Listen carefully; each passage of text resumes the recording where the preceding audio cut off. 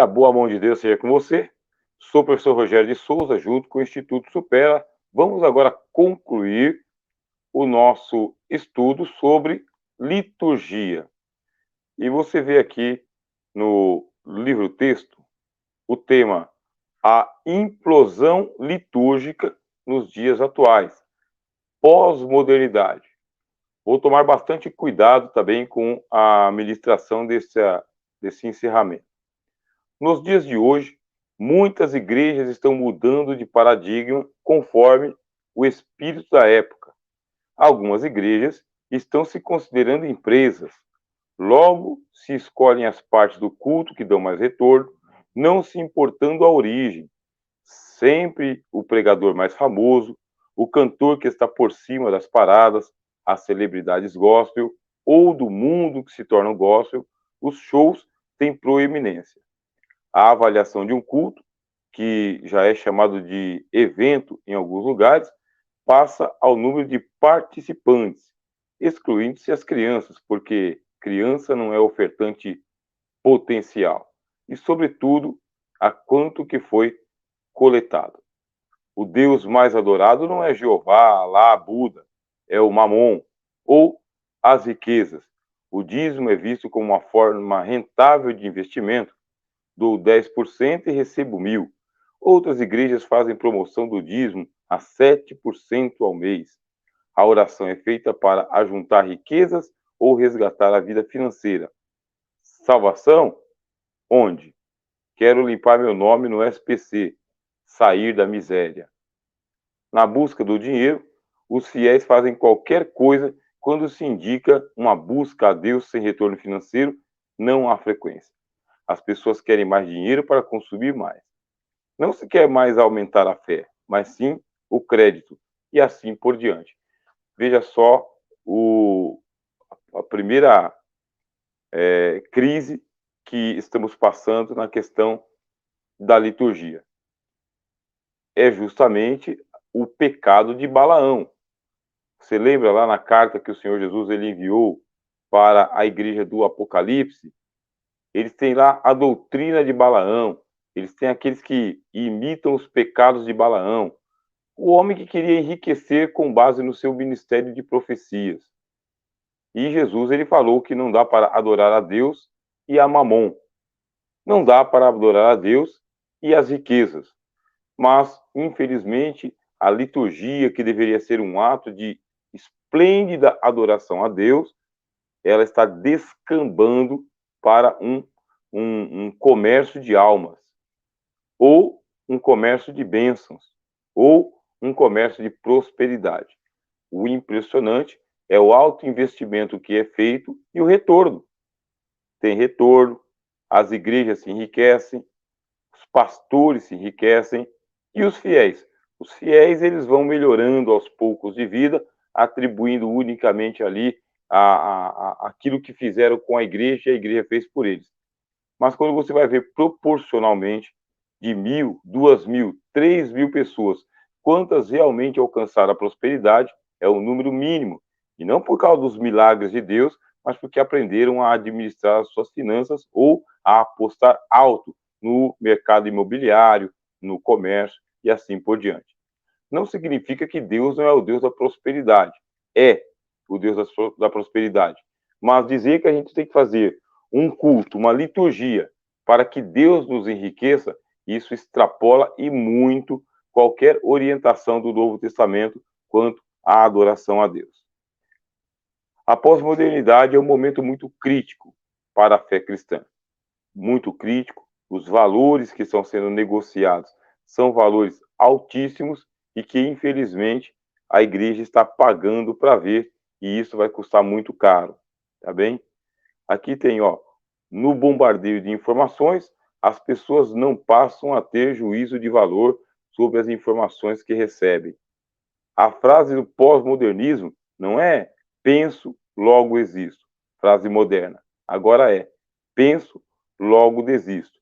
A vida não quer mais ser refletida, quer ser sentida. Há uma crise de integridade. Há uma desintegração da vida em favor dos sentimentos. um completo pavor de compromissos. As pessoas, ao invés de aprofundar os relacionamentos, consome os relacionamentos e logo querem outro, como se isso fosse a solução. Falta compaixão. A alta tecnologia desemprega e marginaliza as pessoas, criando analfabetos digitais. Essas pessoas são literalmente esquecidas. Os idosos, os separados, os filhos rejeitados, até mesmo os adotados, os drogados, os criminosos, caem para um submundo. Falta solidariedade. As pessoas são vistas como uma concorrência, não como alma a ser salva. Logo, elas devem se virar para conhecer a Deus, porque Deus, ao final, vai se revelar. A relativização da verdade. As pessoas não acreditam mais numa verdade absoluta. Nas pregações, o evangelho é torcido para agradar as massas. A verdade é verdade, enquanto o indivíduo crê. A procura da experiência e não de Deus. Escapismo. A bênção de Deus e não o Deus da bênção. Gosta-se mais dos movimentos e não de um relacionamento mais profundo com Deus. As pessoas se ajuntam em torno de curandeiros, profetas sem conteúdos, palestrantes que têm pouco a comunicar. Uma gritaria sem resultados. Língua sem edificação, falar por falar. Nem se louva a Deus. Há um êxtase que não leva a nada. Veja o ponto crítico do nosso livro-texto e acredito eu, nesse ponto da sua formação, deve ser também já muito parecido com o seu senso crítico também. Consequências na liturgia. Marketing litúrgico. O culto como negócio. A mercantilização da fé. Capitalismo. O culto avaliado pelo dinheiro que entrou e o número de pessoas, não as almas delas que valem mais que o mundo inteiro. Administração por metas. Cultos utilitários, aplicativos para servir às necessidades das pessoas e não a Deus. Culto de cura, libertação, noite do descarrego, corrente financeira, terapia do amor, noite da família, culto para descasados, homens de compromisso, reunião de empresários. Os cultos são mais vistos como eventos, como propriamente cultos a Deus. Diminuição da pregação e supremacia das ministrações e louvores ditos proféticos.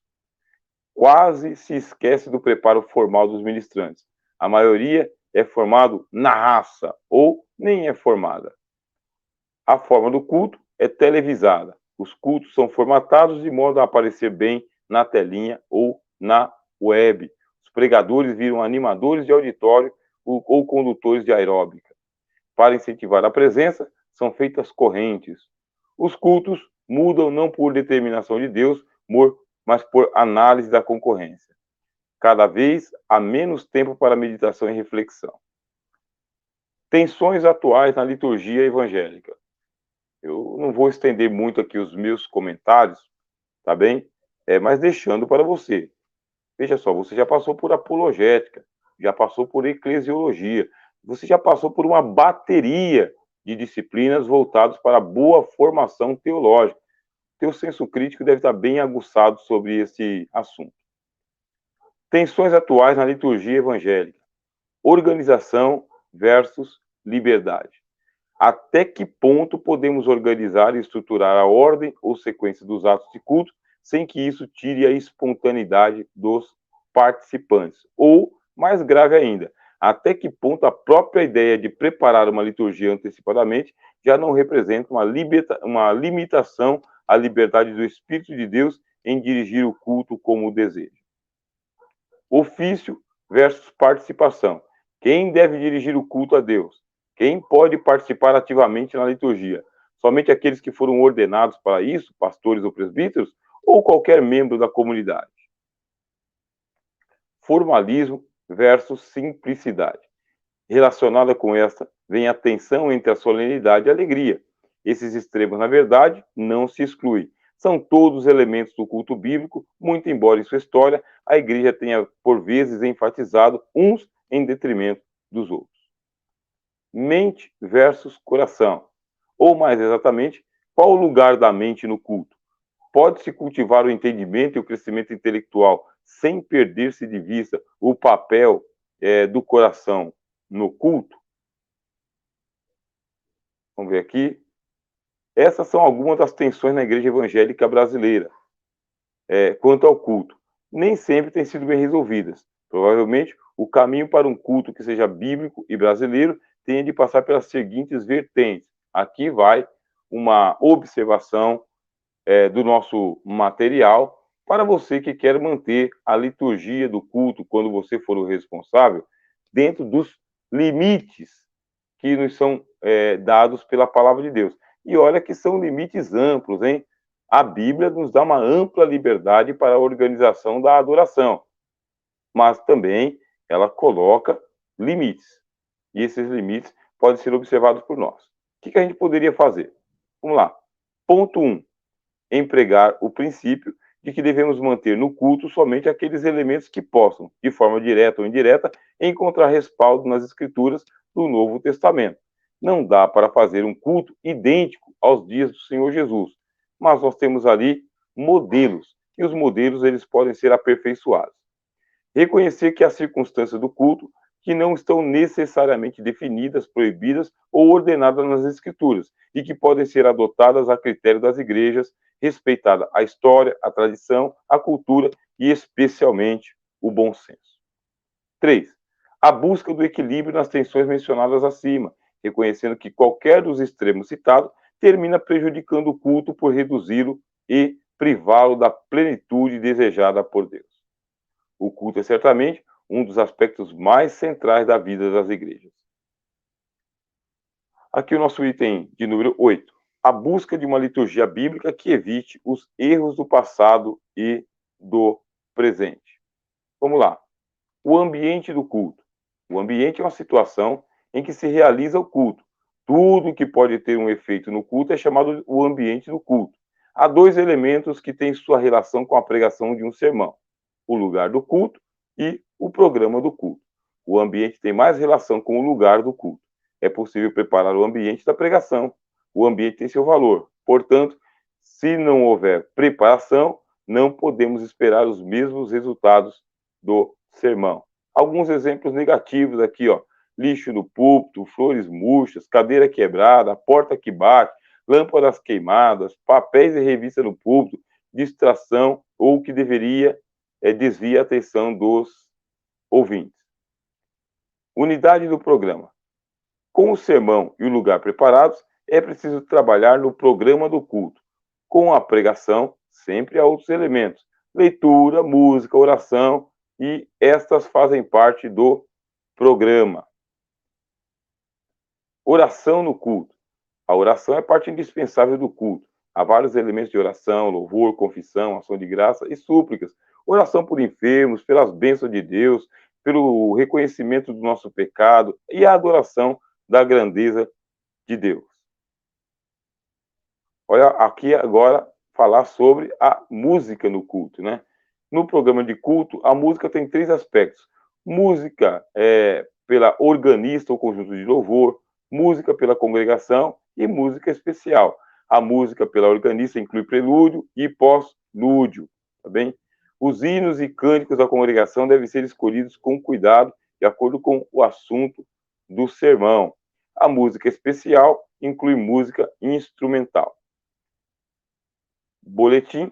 Todo programa de culto precisa de preparação. Um meio de facilitar a participação da igreja é através de um boletim distribuído a todos os membros e visitantes na entrada do templo. Boas maneiras no púlpito e a conclusão.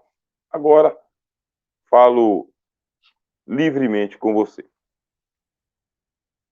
Você é o responsável por um culto, seja ele para celebrar o nascimento de uma criança, portanto, na hora de apresentar o bebê, ou um culto de aniversário, de casamento, de nascimento, aniversário de batismo.